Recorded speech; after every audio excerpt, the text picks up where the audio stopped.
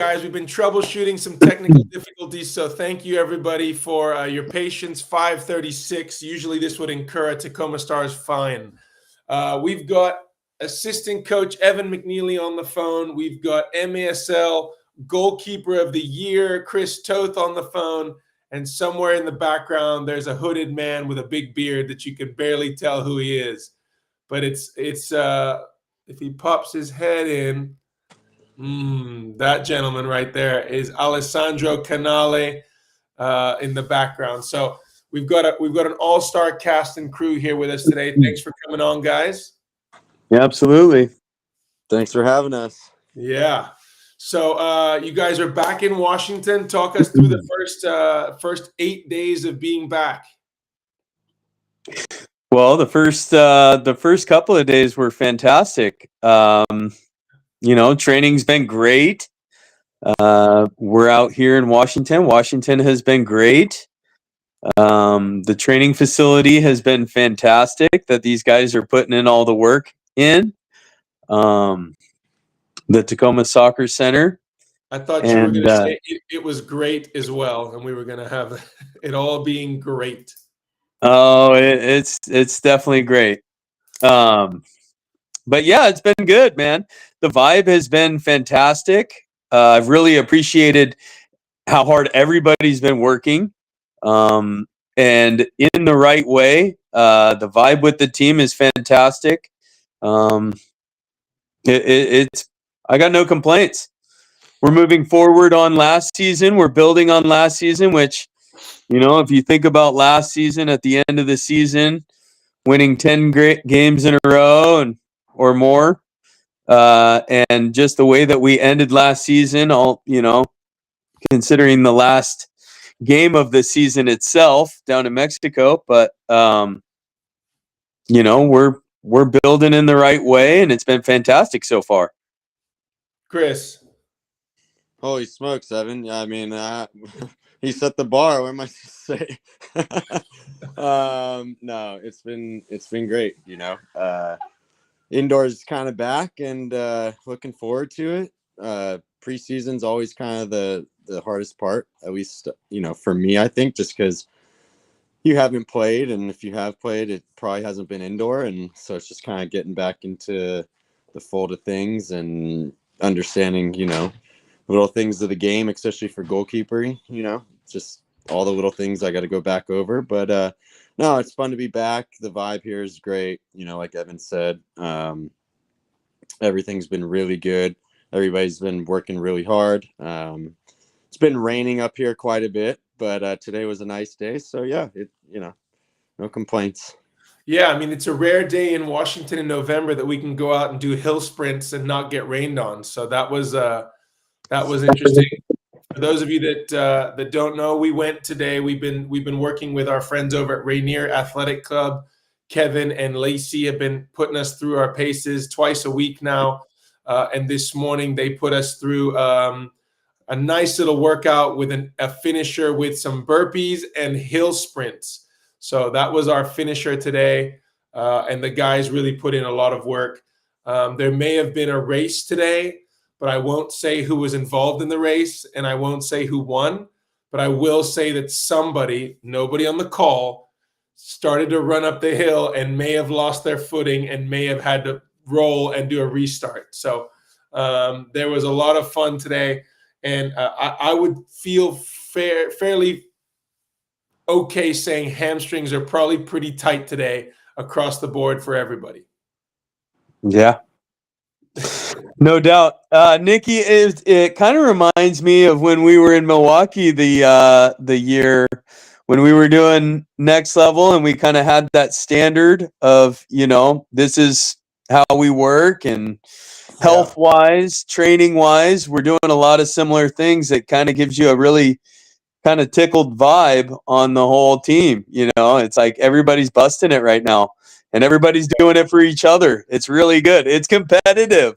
That's what I love about it. It's really great. So yeah, I mean, I think that we talked about this, our staff this year, we talked about how important it was for us to keep healthy. right? Last year we had a lot of injuries. Obviously, I had an injury, but we had a lot of little injuries that kind of picked us apart during the season. And some of our ups and downs were kind of followed by some of our health. You know, I know Sancho had an injury that he was holding on to towards the end of the season. Logan had one. Adrian had a couple. Tyler had a couple. Matty Brame dealt with hamstrings. Roman dealt with hamstrings. So Alex had something with his ankle. So we had a lot of bodies breaking down. And this preseason sort of rallying point has been health, injury prevention, fitness, strength, you know, adding all those components in. And you and I haven't had a discussion today about building muscle while we can, because we're probably going to be breaking it down over the next 3-4 months with a lot of running and a lot of games and a lot of stuff. So we've been trying to incorporate it. And like I said, Kevin and Lacey over at Rainier Athletic Club have really done a good job of putting together programs that are challenging, that are competitive, and that are pretty complete. I mean, I feel like when I walk out of there, I'm getting a full body thing. So it's been good. It's been really fun. And then obviously supplementing with what we're doing on the field there too. And if I had to ask you guys what the biggest difference maybe of this year's preseason versus last year's, what would you say is like the one thing that you feel is different? Chris, go ahead. Well, first thing is we started a little bit earlier last season. And we didn't really have the access to Kevin's gym like we do this year. So that right off the top is the biggest difference. But kind of going back to what Evan said, like when you think about just the soccer aspect, how we finished last year, we had a really good year, right? And yeah, we ended up losing to Chihuahua, who went on to win the league, and that's kind of who, you know, the big dog of the league is now. And right now we're coming in off of that successful season, you know, and so instead of kind of looking around going, oh, you know, what do we have? We're going, we know what we have. Can we now, you know, go a little bit further? You know, can we be more successful? So that, I think, is also another big difference that we have this season compared to last. Yeah. I think also to, you know, piggyback on that is some of our rookies are now in their third year, fourth year. You know, we're starting to get some of these youngsters that are now, you know, veterans, longer in the league than a lot of players, you know, and they're young and they're athletic and they actually learn it. Man, it took me, I won my first championship at 28. And some of these guys are just now 27, 28. You know, I mean, you got to think that they have a different confidence level about them. You know, you got to think that all the hard work that, you know, some of us have been doing on the back end, getting the trainings right, you know, working on the right stuff at training. It took me a long time to be in my career to really understand the movements and to be in the right place at the right time. And just being around the boys this year, a lot of them have retained a lot of the information and are able to apply it, you know, during a timeout, you know, during different instances in the game and being effective in those instances. You know, I mean, it's really exciting for me. I don't think I've been as excited as I have for a Tacoma Stars season, even when I was playing. I mean, the way that we're playing the game these days is really exciting. It's really attractive, and it's the right way. And we're athletic enough to make it so exciting, and to bring that youth back. You know, with, you know, some sprinkled veterans, I think really makes for an exciting year. Yeah, I mean, first off, Cowboy, thank you. Timothy, thanks, and hi from Washington. Christy, we're excited too. And Sandy, we are absolutely buzzing for December 7th. So thank you guys for joining in and adding into the comments. I think I'm going to pick off of what both you guys are saying. I don't know if you guys remember coming into preseason last year and me telling all the boys, guys, you are really good. Do you remember how many times I had to say this last year? Like, guys, we're really good. Like, you're much better than you've given yourself credit to.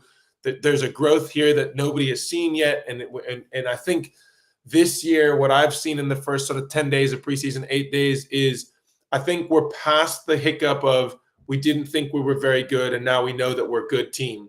I think now we're in the phase where we've got to fine-tune the talent and decide how we can make players as effective as possible in their positions and how we get the most out of them in those positions. Like, how do we get the most out of an individual player, and how do we take that one player and have that one player impact the game to the highest level. We already saw players last year that came into their own, and I think this year we're going to see that next jump for a couple of players that we haven't seen. And I agree with you. It's so exciting to see the guys every single day. No complaining. The culture's right. Everyone's early on time. We haven't had a single person not coming on time to any sessions. They're dialed in. Everyone is fully focused. And it's been super fun to be around. And it feels like we don't have to do as much babysitting, maybe. Like, we don't have to go over that early stuff that we did last year. It's more like we're already in phase 3 as opposed to starting down from phase 0. Let's talk really quickly about the schedule, and then I'm going to ask you a couple things. For this weekend, tomorrow night, we got a doubleheader at the Tacoma Soccer Center. South Sound will be playing against Vancouver at 5 p.m. at the Soccer Center, and then at 7, the Tacoma Stars reserves will be playing against Snohomish. So we got the reserves playing there. We'll have a couple of familiar faces running around. That'll be fun to watch. But if you're so make sure you get your tickets for tomorrow night's game. If you're just thinking about this year and where the team is and where the league is, let's talk a little about the rules. I think this year the new MASL rules should be just dubbed the Tacoma Stars rules, because it seems like all the ones that we dealt with have now been addressed in some way. So talk about the goalkeeper rule, Chris, and then Evan, I'll ask you about the shootout rule, and then we'll go down to all the other ones. So Chris, why don't you start with the new goalkeeper rule? You really want to know what I think? No, just don't give your opinion. Just talk about the rule and maybe how it applies. Yeah, you just can't throw 3 lines on a restart. Is that the one? Or are we talking Not about that one. which one? The changing rule. Oh, so you can't run. Yeah, so yeah, you can no longer change like hockey, and as long as you're advancing towards the door, the 6th attacker can't run on anymore. So you kind of take away that advantage of space, I guess, if you will. Yeah, I mean, it used to be last year. It was that the second a goalkeeper makes a motion to the bench, yeah, that the 6th attacker can enter the field. So essentially, you've got 7 players on the field for a few seconds as the goalkeeper clears the field. The new rule Well, it's just, here you go. They've made it more challenging, in my opinion, because now there's gray area. It's like, is he within, like, if it's not involved, like, they changed the wording around it, which is really confusing. It's meant to be that, hey, buddy. It's meant to be that if a goalkeeper is in the changing area, the designated zone, yes, he can change, but not until he enters that zone. But I understand the rule because we've had it before, or I understand your differentiation. We've had it before where somebody is on the field and changing, but the ball is not in that area, so it doesn't affect the play, so maybe it doesn't count that way. So so it's gray now. now. Yeah, and the language of it is not written correctly. It says within the neutral zone or something like that is how it's written. And so on any proper indoor field, there's the little neutral line. Well, if I just stand in the neutral line or near the which might be the corner flag, yeah, well, I'm technically in the changing area, aren't I? So I don't know. We'll see how it goes. I like how it was. If we're comparing, indoor soccer to hockey, which we do a lot, the rule should stay. But but it is, and we'll just kind of see how it goes. I can see how, from a fan's perspective, you could be watching a game, you could watch a goalkeeper make a motion to the bench and see a 6th attacker run on the field and think, well, that's too many players on the field. I can see how they can see that. I can see how they would think that. But I think that what it added was the fun of it, was that unpredictable nature of the game, where the game is never out of sight because you might be able to pull something. I think now what you're going to see is getting the goalie off for the sixth attacker on is going to be more complicated. You're going to have to do it at designated timeouts or stoppages, and it's going to be a lot more risky to pull him in play. Well, not Well, necessarily, because nobody was really thinking that we were doing, right? Everybody was pulling the goalkeeper off how you would think you had to pull the goalkeeper, because nobody knew that you could really do it like that, right? And that's what they've eliminated. But that's how all rules are. Nobody knows the rule until one person does the rule. Yeah, the little loophole. And everyone's like, ooh, I'm going to do that next time too, right? So, well, talk a little bit, Evan, about the shootout rule and how you think that'll impact games in terms of like maybe the viewership. Like, what is a fan going to see on this shootout? Do you think it's going to make it a more interesting, more exciting, less exciting? What do you think? I think I'm kind of impartial about that one. They're trying to make more rules for the referees, which in my opinion, they should be making less rules. They should just abide by the rules. And if they see something, they should call it. But I think it's going to add, not as exciting as it could be. I think the shootout's always an exciting moment. Yeah. For fans listening, the shootout rule has been adapted to where it used to be that the shooter would stand on the yellow line and dribble at the goalkeeper, and the rest of the team would be at the halfway line. The new rule is that teams will clear the field, and just the goalkeeper and the shooter will have a 5-second clock on a 1v1. Now, there's a lot of reasons the rule was adapted, one of which happened in our stadium. But another reason, so that we don't have to rehash the past, is smaller stadiums like maybe Chihuahua or Baltimore, the distance from the shooter to the chaser was so close that as the person took a touch, they were closing down and they were making it so difficult for the shooter that the fun of it was gone. I think from a fan perspective, they are going to enjoy the fact that it's a 5-second, like all eyes on that. But I think that the risk factor for the shooter goes down, because if he doesn't score, he still gets a restart. If he doesn't score, he still gets a power play on that moment. Whereas it used to be, if I don't score and they run the ball down my throat and score, it's a double whammy. So I think it'll change the way that fans, enjoy that moment. Yeah, I would agree. Yeah, and does the time doesn't run, right? It's like a 5-second pocket of 5 seconds added to the game, essentially, where time's not running. Yeah. I remember, Chris, when you and I first started playing indoor and we would go to that Vegas Nationals tournament, that they would end the game in the shootouts, and it would be the 5-second shootout. And I remember a game that you and I were playing that we won, that I had to take a shootout. And I don't know if you remember this, but I dribbled the goalie and scored, and they hadn't started the clock. Yeah. And so the other team said, well, hold on, that was over 5 seconds. Yeah, but that was in shootouts. But yes. Yeah. And then they said, you got to go back and take it again. And I remember that moment with the 5-second being very confusing, because, if you have 5 seconds, but the person running the clock has any difficulty on the 5 seconds, and that person takes a shot and a rebound comes in and I get my shot off, what's the time? Is it the moment the guy gets the shot off? Does he have to cross the line? There's a lot of areas like that where when it's all live, you just go 5 seconds. It's part of but it's from the whistle, isn't it? It's from the whistle. It's not from the touch. It's from the whistle. And I remember Mike Ramos also had a shootout years ago. Yeah, I remember this. He stood there looking at the refs, waiting for his touch. The whole team crowded and stole the ball, and he didn't know that it was on the whistle. So, there are things there. But for me, I think if I'm a fan and I'm watching the one-on-one shootout, I think I'm excited to see the mind games. It really becomes a 1v1.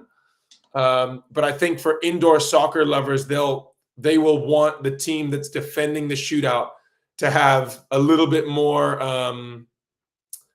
like we can win something else here, like that we can go steal this moment type of thing. Yeah. Last rule we'll talk about, talk a little bit about this new 15-second rule after a card. If you guys don't know the rule is that after a card is given, a player has 15 seconds. That's what it is. Yeah. To clear the field. Go ahead, Evan. Evan, give me your thoughts. Man, I like it. I think it's, as a player that plays physical, it's going to demand, more on both ends of it, the giving and the receiving. I've been on the receiving end of a lot of 2-minute penalties. And I guess at those moments, you get to stay down if it is a blue card. Is that right? Well, there's two. Here's one clarification that this in the chat is, if you get smashed, you've got 15 seconds to get up. If you don't get up in the 15 seconds, you have a 2-minute automatic, you're out. Now, a blue card or a yellow card neutralizes the 15 seconds. But also, if you get a blue card and you sit and complain at the ref and don't get in the box in 15 seconds, you're given a yellow. So yeah. I know the reason they wanted to do that is that they felt that after blue cards, there was so much chatter with referees about it wasn't a foul, it is a foul, you made a mistake, complaining, that they wanted the game to go quick. So yeah, I do get the speeding up of the process. I think that is a great rule. I'm on board with that rule in its entirety, both on the receiving end and on the going to the box, in 15 seconds. I think both of those are really good. We played a couple of games last season that lasted, 2 extra hours. That was bizarre. And hopefully, it's going to take care of some of that. I know, we're always trying to speed the game up as far as TV deals, and getting us on regular television. And I think this is a great way of trying to remedy that. I'm all for the rules too, but Chris, I know you love rules and I know you like to poke holes in them. So give me where the rules give us where the problem's gonna come. The idea of it's good. It's not going to be. Evan, you just said you wanted to minimize the amount of things that referees have to do. Now you just gave them another thing. You're going to tell me somebody's going to be there giving them 15. Somebody's going to have a watch like 15 seconds. Who's going to do that? What's the dude in the box? From the moment that the card is shown, it's 15 seconds. No. If the guy is not walking or making progress through the box, then you can issue a yellow card or whatever. But if somebody's making their way towards the bench, like he's making progress. And yeah, I'm talking to you as I'm going to the box. What's the problem with that?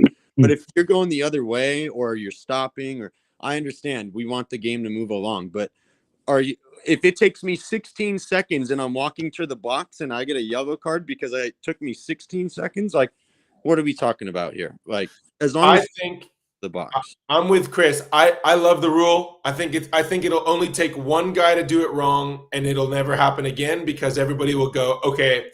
But the only part that I think is scary is I think as in indoor, with the amount of contact and friction that the game demands, you could call a foul every single play of every single sequence in indoor, right? There's something you could call. You are always putting the referees and the players in opposition because there's so many more times that we could have a disagreement. Now you're adding a moment in which I got a blue card, and as a human, if you think that it's a mistake, you're gonna go, dude, I didn't do that, or that wasn't a foul. And if the referee and you are already having a moment of friction, and now he goes, you got 3 seconds to get in the box or your 15 is up.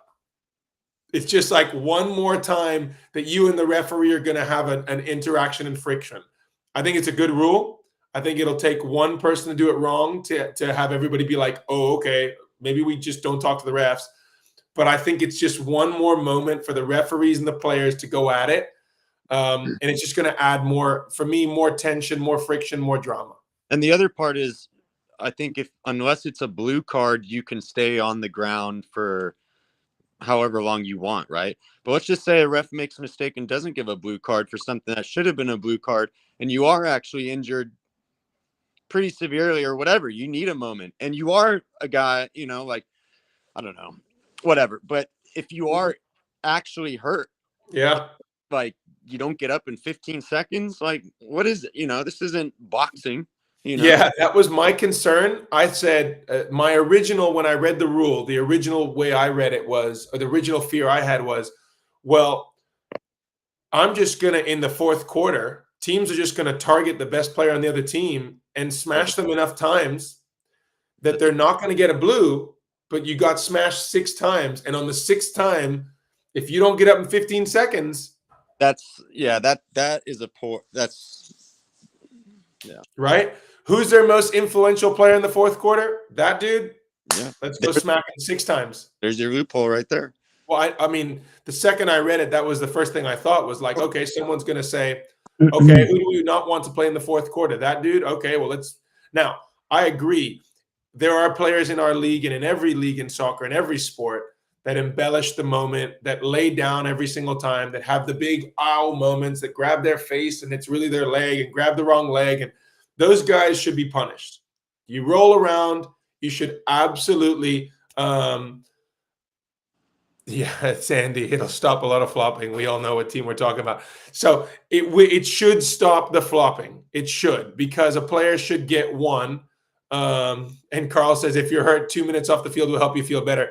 Yeah, but what if you're hurt and you only need a 30-second check-in with the trainer because he can give you a spray or give you a little ice or help you with a tape bandage and you might be able to run back out there, or the game demands that they need you back on, like, I know I'm hurt. What if you have you get fouled like near top of the box and you're a player like Nick or, anybody that's on that special team that you're like, dude, we need him on that play because that's the guy that, it's a special teams play. Like, in 15 seconds, this guy's gone. Like, no, yeah. So I think that what's going to happen, in my opinion, is this is what I believe appropriate refereeing committees and people should do is they look at the rule in 3 or 4 games.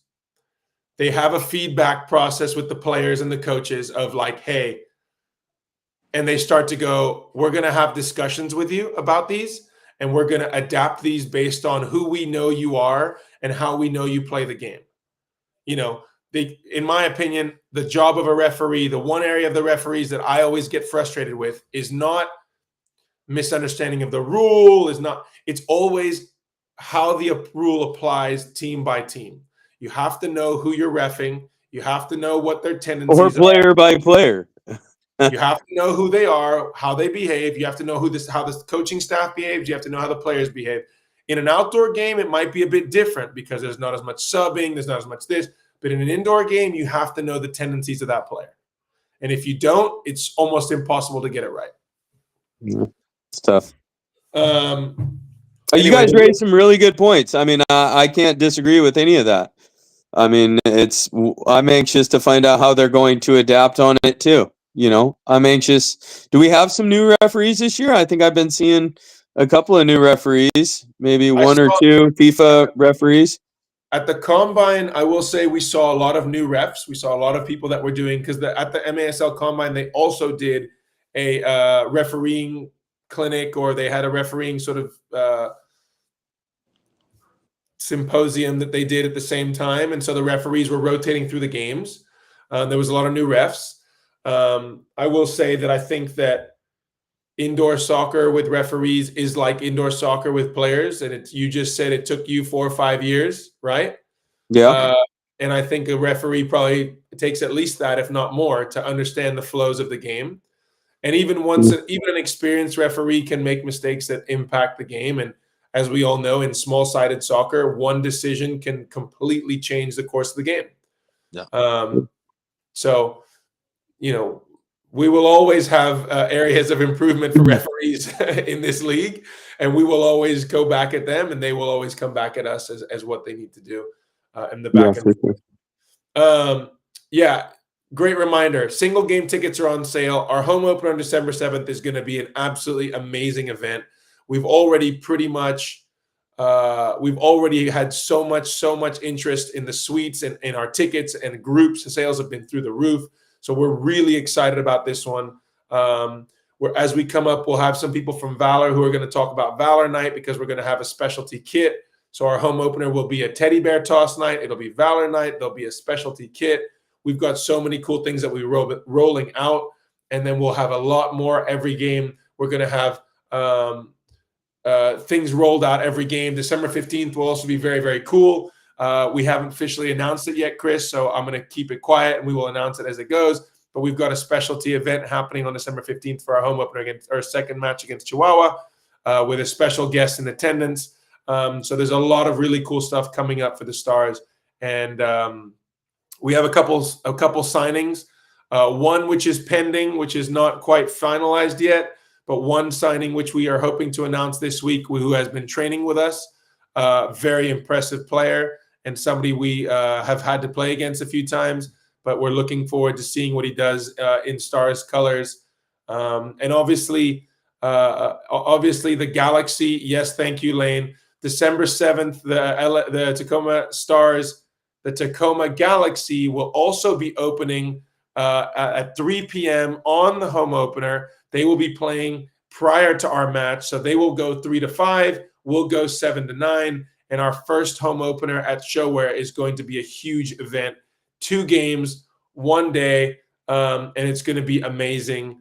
It's going to be so cool to watch the Galaxy go out there and then immediately have those players and the staff and all the fans there stick around for a second game. It'll be so fun to watch both those games go down. One player that you maybe have seen in the first week that looks different to you than last year before we all go home, is there a player, Evan, that you've noticed maybe a growth from in this from where we ended last to where we are now? Yeah, I mean, there's quite a few players. I mean, I could go through the list of a lot of players. One in particular, to be honest, I don't. I see so much growth within the last year. I see Logan. I see Tyler. I see Nani. I see all these guys, Willie, with so much growth from last year to this year.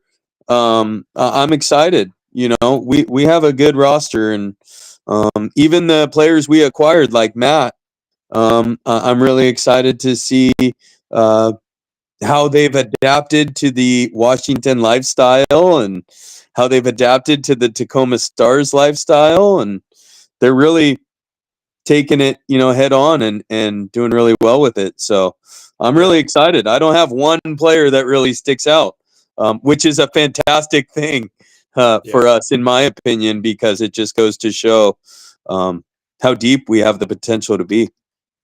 Yeah. Chris? Yeah, I mean, I would agree with Evan. A lot of these guys have really improved since last year, but I would say the 2 standouts for me is Alessandro and Tyler. Alessandro had like a year off, right? And yeah, he plays beach with us, but indoor is different. And just watching him this year, how he's keeping the ball and keeping it flowing and holding it, it's different to how he was last year. Last year, he was trying to do things here and there, and he's keeping it. And then Tyler, dude, Tyler played TST, had a good year last year. I think this year he's going to have a big year. But, dude, the guy is like crazy. He was shooting on me yesterday. I was like, damn, dude, this guy's hitting frame now. Like, he used to kind of like go wide, and he's working, man. And I see those 2 right now kind of as the 2 that stand out. Yeah, I think Alessandro in the mental frame is different this year than he was last year too. Like, his mentality looks like he's matured from maybe those moments where you could see the frustration boiling over last year at maybe the situation, but also maybe his inability to do what he wanted to do. And this year he just looks like he can do what he wants to do, and it's not hitting him mentally where it was. Sandy, is all of last year's team returning this year? Well, we're rolling out our roster as we speak. Right now, off the top of my head, I can only think of 2 players that were on last year's roster. all of last year, there was some excitement outside. 2 players that are not going to make it back this year. But for the majority of the team, yes, it's the same team with 2 additions, which we're really happy about. Who are the 2 we don't have? Seb Navarro, who moved out of area and accepted a coaching job out away from Washington, and Gil de la Luz, who was unable to commit to the season this year and will be playing with our reserves for a lot of the season. But those are the 2 that we didn't have coming back from last year's team. Actually, I'm sorry, not 2 additions, 3 additions. There was 1 player who could not compete last year, who will most likely be able to compete this year, which adds a lot to our roster, and 2 players from outside of our team that we think are going to massively help us do what we wanted to do and continue what we were working on last year. So again, a lot of excitement for us announcing those as they get going. But we're really excited to see everybody December 7th. We've got these really cool, I don't know if you guys have seen them yet, but have you seen the trading cards? Yeah. Yeah. They're fantastic. Really cool trading cards. Each player has one. Even Adam Becker has one. You've got one. I don't know if yours is a playing one or a coach one. I'm not sure which it is. I'm pretty sure it's a playing one. Okay. Yeah. Well, they've got you out there. So that's really cool. There you go. There you go. That one's there signed. It is. That one's signed. There it is. So those player cards are going to go hot every time we put them out on the merch table for sale. They've been unbelievable. I know people are going to be pumped to see those. Recap before we shut down for the evening. Number 1, December 7th at 6:05 p.m. I'm sorry, I said 7 earlier. At 6:05 p.m., Tacoma Stars versus San Diego Soccer's Teddy Bear Toss Night. So bring your teddy bears for Toys for Tots. Valor Night also that night. It's going to be a specialty kit. It's absolutely awesome. I've looked at it. I saw it last week. Really cool. 3 p.m. on December 7th, the Tacoma Galaxy will be playing a match before us, their season opener at the Show Kent. Tomorrow night, 5 p.m., South Sound versus Vancouver. And at 7 p.m., Tacoma Stars Reserves versus Snohomish. And then, obviously, as we build into this, we'll have more content, more things to do. And we're hopeful that we're going to be able to announce a friendly match before we open on December 7th, a friendly match at the Soccer Center for our fans to get a glimpse of our team before we get going. Anything that we forgot? Anything that's missing here? No, we're really looking forward to seeing everybody out there. I mean, the more people that come, the better it is. And it's really exciting for us. We have something special brewing this year, and I think everybody can kind of see it, and I can't wait to share. Well, from the Tacoma Stars, from Chris, Evan, myself, thank you guys for tuning in. Thanks for supporting us. Thanks for always making sure we feel like we've got a family following the